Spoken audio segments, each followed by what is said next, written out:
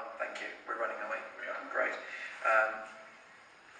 So I want to put it in context as well. So this is right at the beginning of the fall of what later transpired to be the fall of France. Yes, we'd been sent up to, we're going to Belgium, actually to face the Germans, supposedly. But just before we got to the Belgian border, we were halted, about turned, and sent back into France. And you had no idea why?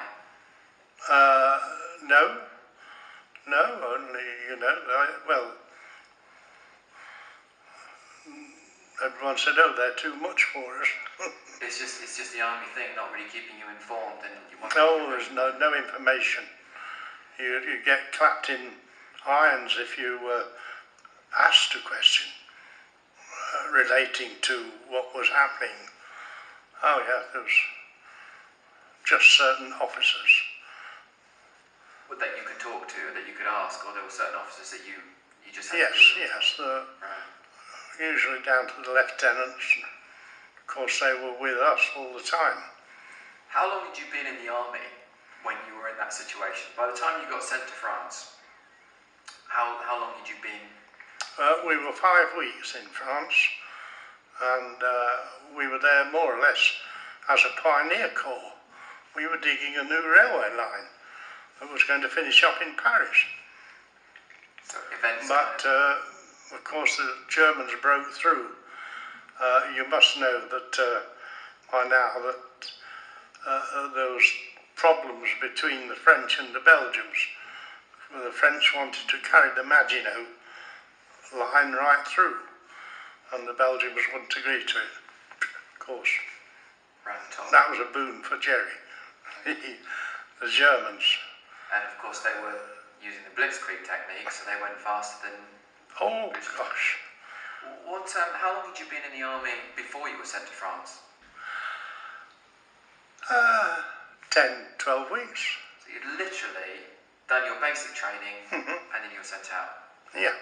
And the rest of your comrades, how were they? Were they really nervous, or were they holding up, or...? Well, I'd say probably 50-50. So you must... Some were absolutely scared to death. I always remember there was one thing, including myself. There was one death we did not want, and that was the bayonet. Strangely enough, no one wanted death by bayonet, but it never came to that.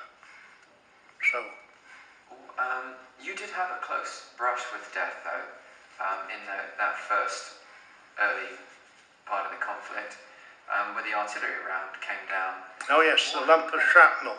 Yes, tell me about that. Well, I'd thrown myself to the ground behind this huge tree.